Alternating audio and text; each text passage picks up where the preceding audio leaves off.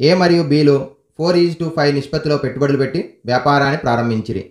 సంవత్సరాంతపు లాభంలో 10% దానం చేసిన తర్వాత ఏ అనే వ్యక్తికి రూ. 8,000 లాభం పొందినట్లయితే మొత్తం సంవత్సరపు లాభం ఎంత?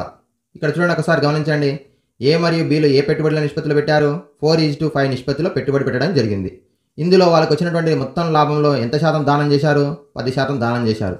మిగిలినటువంటి శాతాన్ని ఏం చేసిండ్రు? పంచుకున్నారు. పంచుకుంటే ఏకి ఎన్ని భాగాలు వచ్చింది? ఏకి ఎంత వచ్చింది అమౌంట్? 8,000 వచ్చింది. అయితే బి మొత్తం లాభం ఎంత?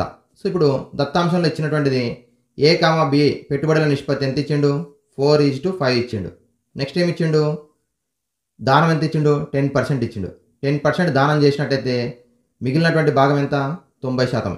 ఈ 90% అమౌంట్ను మొత్తం అమౌంట్ ఎక్స్ అనుకుందాం. మొత్తం లాభం, టోటల్ లాభం ఎంత? ఎక్స్. లాభం ఎక్స్ అనుకుందాం. ఈ ఎక్స్లో 90%, లాభంలో 90% ఏం చేయాలి? ఏ కామా బిలు పంచుకోవాలి. ఇప్పుడు ఏ కామా బిలు పంచుకుంటే ఏకి ఎంత వచ్చింది అమౌంట్? 8,000 వచ్చింది. ఇక్కడ మన క్వశ్చన్లో బీకి ఏమీ అడగలేదు. సో బీ కూడా తెలుసుకోవచ్చు అని అడగలేదు. మనకి అడిగినటువంటిది ఎంత? ఈ ఎక్స్ మొత్తం లాభం ఎంత అని అడిగిండు.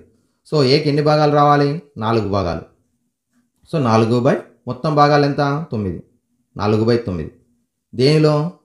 అమౌంట్ 90%లో. 90%/100 ఎక్స్ ఈజ్ఈక్వల్ ఎంత వచ్చింది అమౌంట్? ఏకి వచ్చినటువంటి అమౌంట్ మనం రాస్తున్నాం. ఏకి అమౌంట్ 8,000. ఎట్లా వచ్చింది 8,000 అంటే అతనికి సంబంధించినటువంటి 4 భాగాలు మొత్తం భాగాలలో. అయితే ఇక్కడ అమౌంట్ మొత్తం లాభం కాకుండా వచ్చినటువంటి అమౌంట్లో 90% మాత్రం పంచుకుంటున్నారు. 10% దానం చేసిండ్రు కాబట్టి. ఇప్పుడు 9 ఒకట్ల, 9 పదుల, 10 ఒకట్ల, 10 పదుల. నెక్స్ట్ ఇది 2 రెండుల, 2 ఐదుల. సో మనకు కావాల్సింది X value. X value is equal to 8,000. 5 భాగిస్తుంది, రెండో వైపు వస్తే గుణిస్తుంది.